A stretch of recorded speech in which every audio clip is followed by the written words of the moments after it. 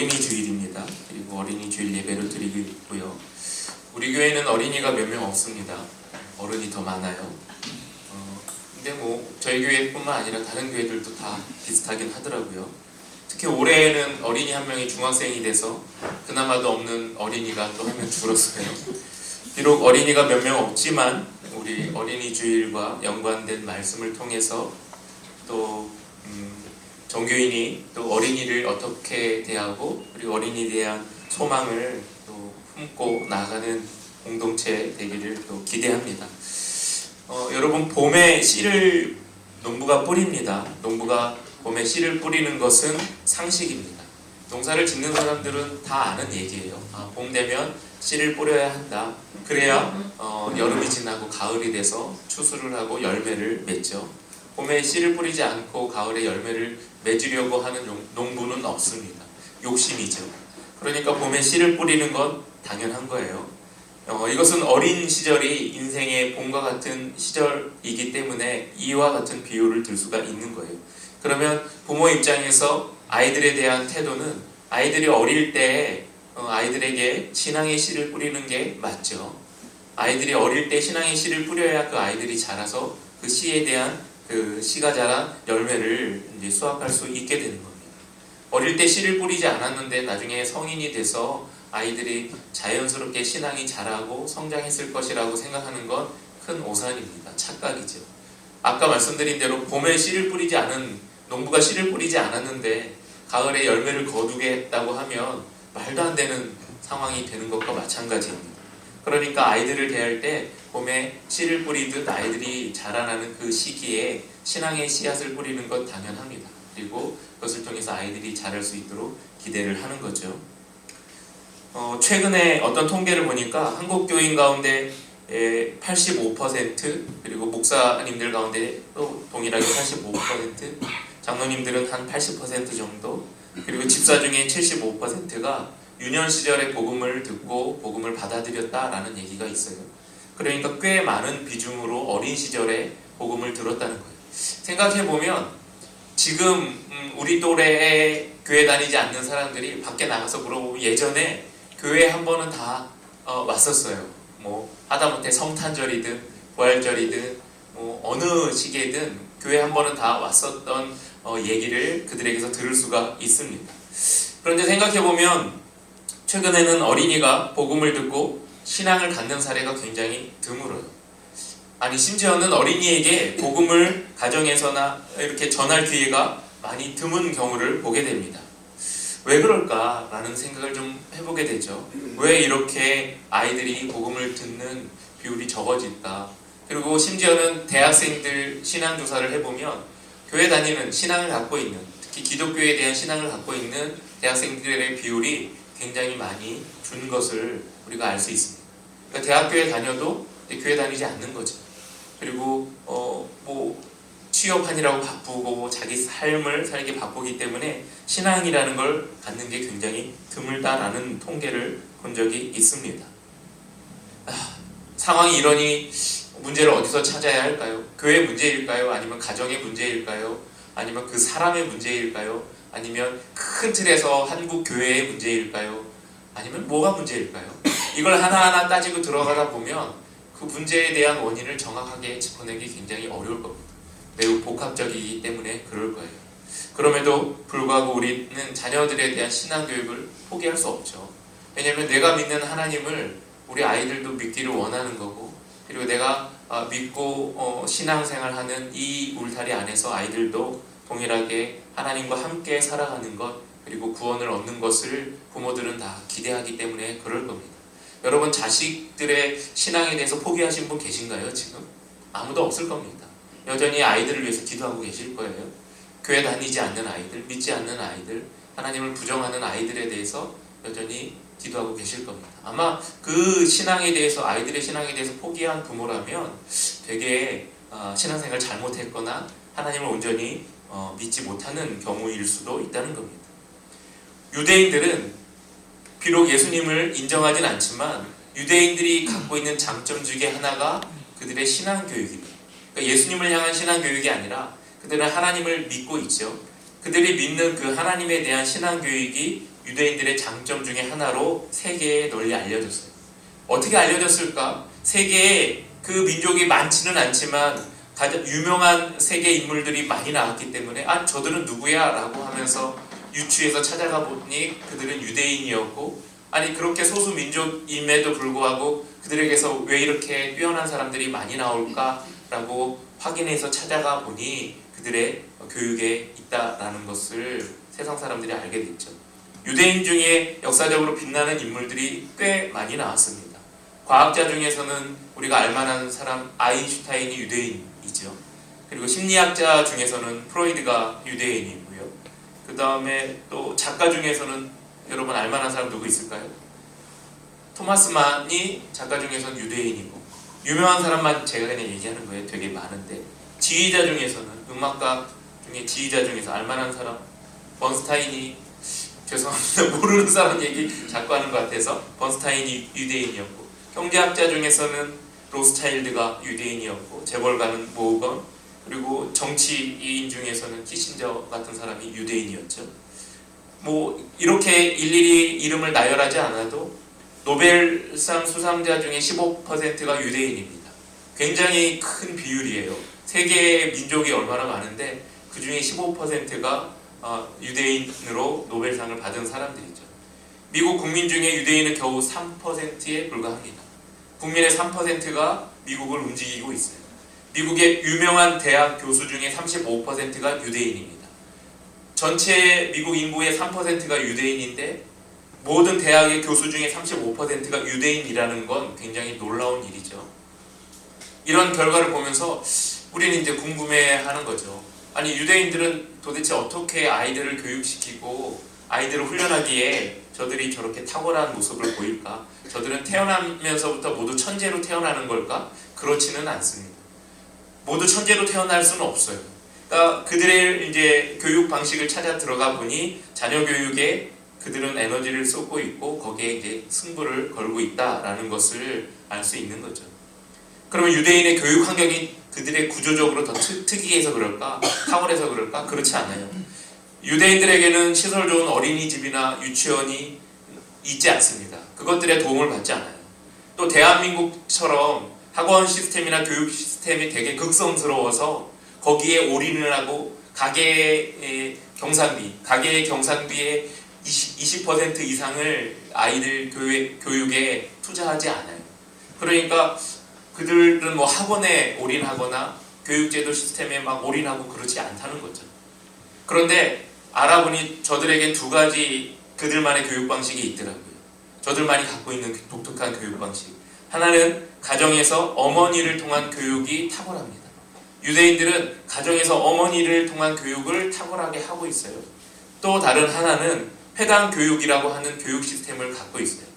여기서 말하는 회당은 그들만이 모이는 종교적 행위 그 시스템 안에서 교육을 하는 거죠. 이것을 다른 말로 하면 랍비 교육이라고도 이야기합니다. 유대인들은 1세에서 5세까지는 가정에서 가정교육을 통해 그들의 신앙과 그들의 삶을 살아가는 데 학습을 거기서 다 담당합니다. 그 가정교육의 핵심이 어머니에게서 다 나온다는 거예요. 어머니가 가정교육에 올인을 하고 있는 거죠. 1세에서 5세까지. 대한민국의 1세에서 5세의 어머니들은 뭘 하시나요? 돈 벌러 가시죠. 아이들은 어디에 가 있나요? 어린이집에 가 있고. 아이들은 어린이집에 가 있고 어머니들은 돈 벌러 가시죠. 그러니까 1세에서 5세까지 가장 중요한 가정교육, 아이들의 신앙이나 아이들의 환경이나 대사회에 대한 교육이 어머니에게서 이루어지는 것이 아니라 어린이집에서 이루어지는 거죠. 그러니까 이게 우리 교육제도에서 좀 서글픈 좀 특이한 시스템 중에 하나입니다. 1세에서 5세까지 아이들은 어린이집에 가 있고 부모들은 엄마 아빠는 돈을 벌러 가죠. 그런데 그렇게 하지 않으면 아이를 양육할 수 없고 삶을 살아갈 수 없으니 저는 이것도 어쩔 수 없는 좀 안타까운 시스템이라고 할 수도 있는 것 같습니다.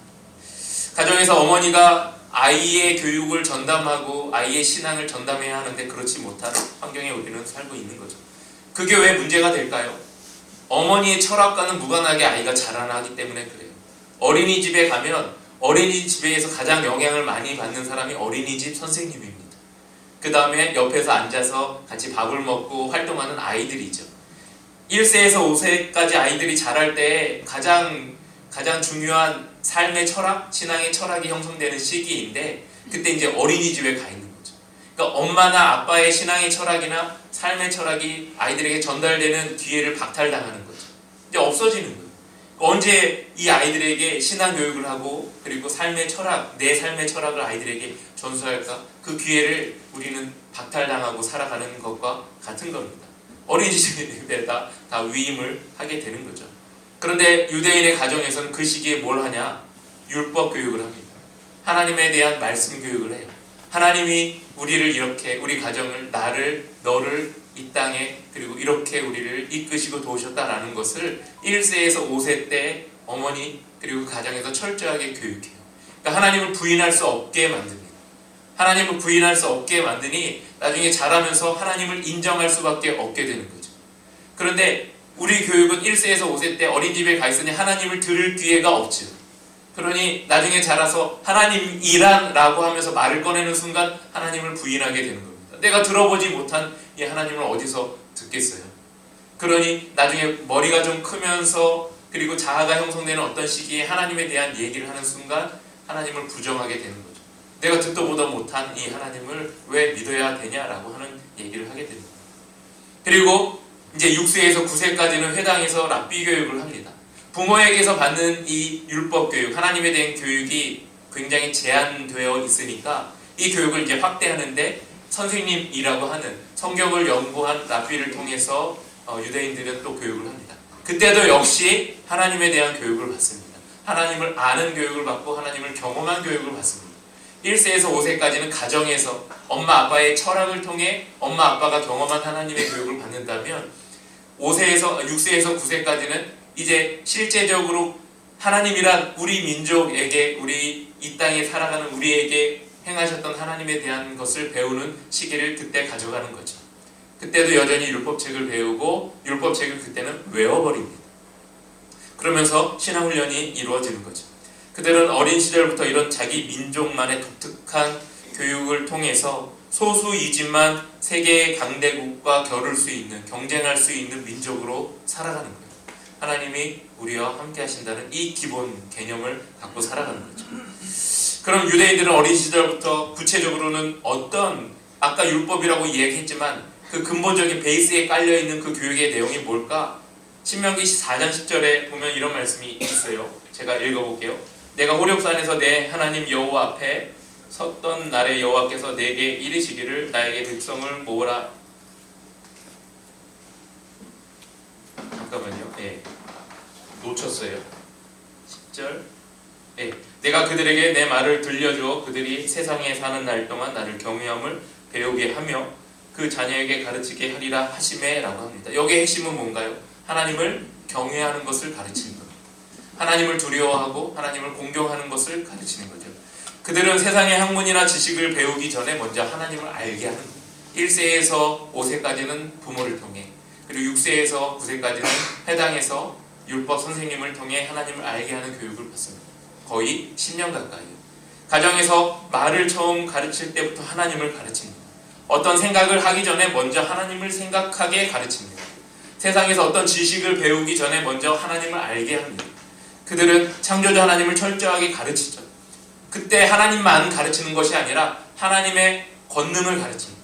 하나님은 능력 있으신 분이야. 하나님은 우리 민족에게 이렇게 행하신 분이야. 하나님은 우리 가정에게 이렇게 행하신 분이야. 하나님의 권능을 가르치죠. 그 권능을 가르치는 것과 동시에 하나님의 구원을 가르칩니다. 하나님은 죽을 수밖에 없는 우리를, 우리 가정을, 우리 민족을 구원하신 분이야 라고 가르치는 거죠. 철저하게 하나님을 경외하는 법을 그 시기에 가르치는 거죠. 분명히 여호와를 아는 지식이 근본이라고 잠언 9장 10절에 말씀하고 있습니다. 그러니 그들은 그 말씀을 근거해서 1세부터 9세까지 철저하게 하나님만을 가르칩니다. 그리고 인간의 지혜를 배우기 이전에 하나님의 지혜를 그 밑바탕에 깔 수 있도록 하는 거죠. 잠언 9장 10절에 이런 말씀이 있어요. 여호와를 경외하는 것이 지혜의 근본이다. 거룩하신 자를 아는 것이 명철이다. 이런 말씀이 있어요.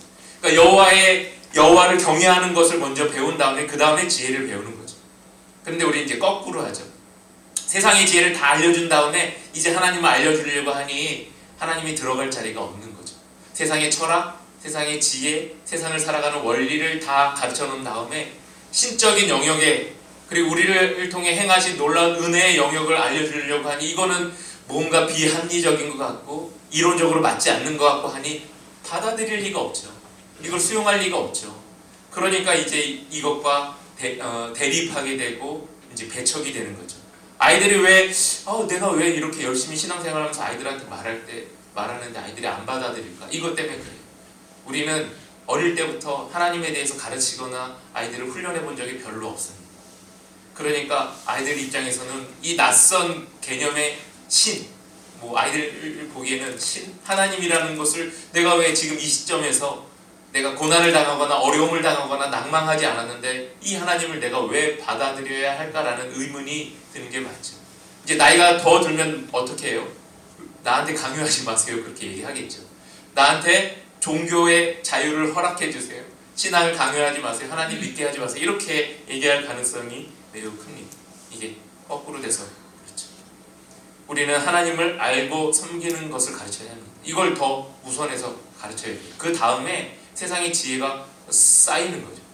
제가 이 말을 지금 엉뚱하게 하는 것 같죠. 근데 부모 교육, 아이들 교육을 해보신 부모님이라면 제일 궁금해하는 게 유대인이 왜 저렇게 뛰어나게 됐을까라는 의문점을 갖는다면 이 원리를 받아들일 수밖에 없어요.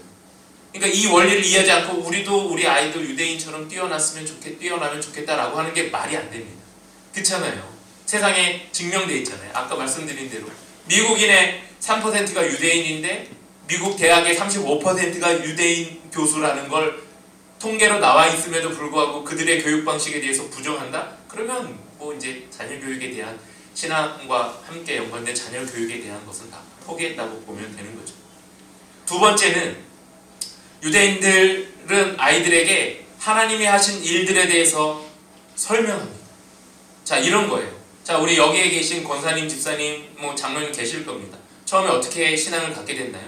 내가 처음 신앙생활할 때 내가 만난 하나님을 만난 이 경험을 아이들에게 얘기해 본 적 있으세요?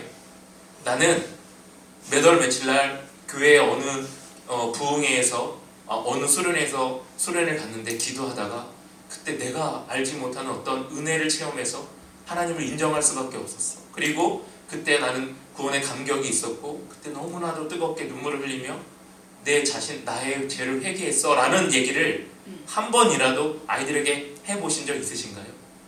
나는 지금 살아가는데 예전에 빚이 너무나도 많이 빚을 져서 돈이 너무 많이 필요하는데 내 방법으로는 해결할 길이 없어서 내가 기도하고 하나님께 부르짖었더니 하나님께서 어떤 사람을 통해서 돈을 융통하게 하시고 너무나도 극적으로 이 상황을 해결하게 하신 분이 그 사람이 아니라 하나님인 것을 나는 부인할 수가 없어.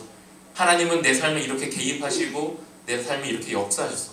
너희들 이거 좀 알았으면 좋겠어. 이렇게 한 번이라도 얘기해 보신 분 있나요? 아니면 지금 신앙생활 하면서 잘하시는 분이 한 번이라도 부모에게 그런 얘기를 들어보신 분 있나요? 내가 너무나도 돈이 궁색한데 하나님께서는 어느 날 말씀을 통해서 11조 하라고 늘 얘기하시는데 나는 그걸 빼먹었어. 이 돈을 내가 쓰면 오히려 조금 더 윤택하게 유용하게 쓸 수 있을 것 같아서 안 드렸어. 그런데 어느 날 보니까 하나님께서 11조만큼의 손해를 내게 보게 하시고 그리고 11조만큼 하나님께 드린 것이 아니라 다른 보이스피싱이나 다른 걸로 떼간 걸 나는 알게 됐어. 나는 그 다음부터 11조 내는 것을 하나님 앞에 거부할 수가 없는 신앙이 됐어. 이런 거 한번 얘기해 보신 적 있나요? 그게 하나님이 하신 일들을 아이들에게 전하는 겁니다. 만약에 이 이야기, 신앙의 경험을 하지 않으면 아이들에게는 도대체 하나님에 대해서 들을 기회가 없어요. 하나님은 석가모니, 예수, 마호메트 그 중에 한 사람에 불과하다라고 여길 수밖에 없죠. 그런데 실제적으로 내 인생에 개입해서 역사하시고 그리고 능력을 베푸시고 그리고 나의 삶을 이끄시는 하나님, 내가 경험한 하나님을 아이들을 앉혀놓고서 하나님은 이런 분이야. 너가 인정하든 인정하지 않든 내가 너희를 양육하고 훈련할 때 하나님은 내게 그렇게 역사하셨고 너희들을 그렇게 인도하셨어 라고 하는 걸 한 번이라도 아이들에게 얘기해 보신 적이 있나요? 저희는 결혼하고 나서 한동안 아이가 없었어요. 그래서 병원을 다녔어요. 아이를 갖기 위해서. 그래서 병원에서 시술도 하고 이런 과정을 거쳤죠. 그런데 안 돼요. 2년 가까이 아이가 생기지 않더라고요. 그래서 어느 날 안사람하고 둘이 얘기하다가 포기했어요. 아, 이런 방법으로 하나님이 아이를 주시지 않겠구나 라는 생각을 하게 됐어요. 그래서 병원을 그때부터 안 갔습니다. 아, 병원 가지 말자. 그런데 그 기간에 제가 섬기는 교육전도사로 섬기는 그 교회에 특별 새벽 기도회가 있었습니다. 그러면 이 새벽 기도회 우리 한번 기도하면서 하나님께 달라고 요구해보자 라고 하면서 그 기간에 엄청 열심히 하나님께 부르짖고 기도했습니다.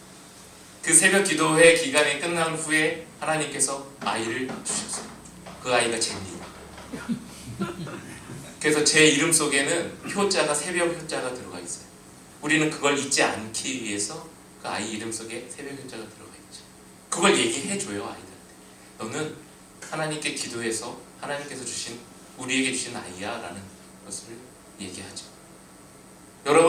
여러분이 경험한 신앙의 일들을 여러분 자녀들에게 얘기하나요? 아, 너는 너고 내 신앙은 내 신앙이야. 이렇게 하면 아이들은 하나님에 대한, 하나님의 능력에 대한 들을 기회가 하나도 없습니다. 어디에서 들을 기회가 없어요. 목사님이 열심히 설교한들 제가 전하는 것과 여러분이 가정에서 밥 먹으면서 밥상머리에서 앉혀놓고 하나님에 대해서 이야기하는 것과는 천지 차이입니다. 목사님은 남이잖아요. 여러분은 부모잖아요. 그러니 여러분이 내가 경험한 하나님을 얘기할 때 우리 엄마 아빠가 하나님에 대해서 그렇게 경험했구나 라고 듣는 것과 목사님이 야, 하나님은 이런 사람이야, 이런 분이야 라고 얘기하는 것과는 하늘과 땅 차이입니다. 그리고 제가 설교하는 게 고작 일주일에 20분밖에 되지 않아요. 많아야 21분, 30분. 여러분이 밥상머리 앞에서 반복되게 하나님에 대해서 증거하고 증명하고 얘기하는 그 일들 쌓이면 엄청난 시간이 됩니다. 그 시간이 바로 신앙의 교육이 되는 거예요. 이거 하지 않으면 여러분, 우리 아이가 신앙으로 자랄 것이다 라고 하는 것을 포기하는 것과 같은 겁니다. 유대인들은 출애굽하며 엄청난 일들을 되게 많이 경험했어요. 출애굽할 때 10가지 재앙을 하나님 내리신 걸 그들이 직접 경험했죠. 광야를 걸 때 홍해를 건너는 경험을 그들이 직접 했죠. 광야에서 만나와 메추라기를 먹는 경험을 직접 했죠. 전쟁할 때 하나님이 도우셔서 전쟁에서 승리한 경험을 직접 했죠. 그런데 사사기 2장에 보면 유대인들이 그 이야기를 자녀들에게 하지 않아요. 바로 내 자녀들에게 이렇게 놀라운 경험을 한 이야기를 하지 않은 것 때문에 바로 내 다음 자식들이 하나님을 외면하고 경외하지 않는 신앙의 태도가 나옵니다. 그래서 사사기로 넘어가는 거예요. 목이 곧은 백성이 되고 자기 마음대로 소견에 옳은 대로 행하는 백성이 돼버립니다. 하나님을 증거하는 일, 부모가 하나님에 대해서 이야기하는 그 일을 소홀히 하는 그것과 함께 우리 아이들은 신앙에서 떠나게 되는 거죠. 하나님에 대해서 들을 기회가 이제 없게 되는 겁니다. 여러분, 우리는 자녀들에게 무엇을 가르칠까요? 목사님 이제 어떻게 하죠? 아까 말한 1세에서 5세, 6세에서 9세 우리 이제 다 컸어요. 이제 어떻게 하죠? 놓친 거 아닌가요? 끝 아닌가요? 늦지 않았어요. 저도 한때는 희망을 버렸을 때가 있습니다. 이제 안 되나? 이제 포기해야 되나? 그만해야 되나? 라는 생각을 할 때가 있었습니다. 그래서 낙심이 들었을 때도 있어요. 와, 내가 목사인데도 잘 안 되는구나. 그러니 권순환 집사 여러분들도 잘 안 되는 게 맞을 수도 있다고 생각이 듭니다. 그러면 이제 포기해야 하나요? 그리고 낙심해야 할까요? 저는 아니라고 생각합니다. 사도 바울도 길 위에서 하나님을 만났잖아요. 그 나이에. 그러니 어느 순간 하나님을 만날 수 있는 그 타이밍과 그 시간이 될 때 하나님께서 역사하실 거라고 생각합니다. 그리고 저는 목회하면서 그런 얘기 많이 들었어요. 어느 날 이 이야기만 하고 말씀 마치겠습니다. 어느 날 40대 50대 되는 별로 교회 다녀본 적 없고 신앙생활에 대해서 관심도 없던 어떤 남자와 여자, 그러니까 부부가 교회에 등록했었죠. 부목사 때 들은 얘기예요. 네, 등록했어요. 그래서 축복합니다. 교회를 다녀보신 적이 없네요. 보니까 이렇게 물어보니까 그 얘기를 해요. 제가 어릴 때는 초등학교 다닐 때는 엄마 아빠 때문에 몇 번 교회를 가긴 했는데 그 뒤로는 별로 교회 갈 마음이 안 들어서 안 갔습니다. 그런데 왜 40, 50대 돼서 이제서 교회 나오셨나요? 저희 어머님이 권사님이신데 돌아가시면서 유언으로 남기셨어요. 아들아, 교회 가라. 그리고 구원받았으면 좋겠다. 그래서 어머니의 그 유언을 거부할 수 없어서 교회 나오게 됐어요. 이제 어머니 유언 따라서 신앙생활 하려고 합니다. 이 이야기를 하시는 거예요. 저는 그거 듣고 그런 생각이 들었습니다. 아직 우리에게도 한 번의 기회는 더 남아있을 수 있겠구나. 유언으로라도 내가 믿은 하나님을 너도 믿어야 되지 않겠니? 라고 하는, 여러분 돌아가실 때 그런 유언을 좀 남기셨으면 좋겠어요. 하나님은 나를 여기까지, 이게 마지막 기회예요. 제가 볼 때 마지막 기회, 최종 기회. 저는 그렇게 생각합니다. 그 전에 열심히 가르치고 훈련하세요. 그 전에. 근데 그마저도 안 되면 이제 유언으로라도 유언으로라도 하나님에 대해서 알리고 가르쳐야 하지 않을까. 그 전에 하시면 그죠. 그 전에 하시면. 늦었다고 생각하여 포기하지 마십시다. 우리 아이들 훈련과 양육 꾸준히 지금이라도 해나갑시다. 언젠가 틈이 벌어질 겁니다. 강박한 그 마음에 언젠가 틈이 벌어지고 그 틈을 잘 캐치하고 계시다가 쏙 들어가셔서 하나님에 대해서 알려주시고 증거하시길 바랍니다. 틈은 반드시 언젠가 생길 줄 저는 믿고 확신합니다. 자녀들에게 여전히 신앙교육을 가르치시고 하시고, 그리고 이 가르침에 대한 포기를 하지 않고 기도하시면서 나가시는 여러분들 되시기를 간절히 소망하고 축복합니다.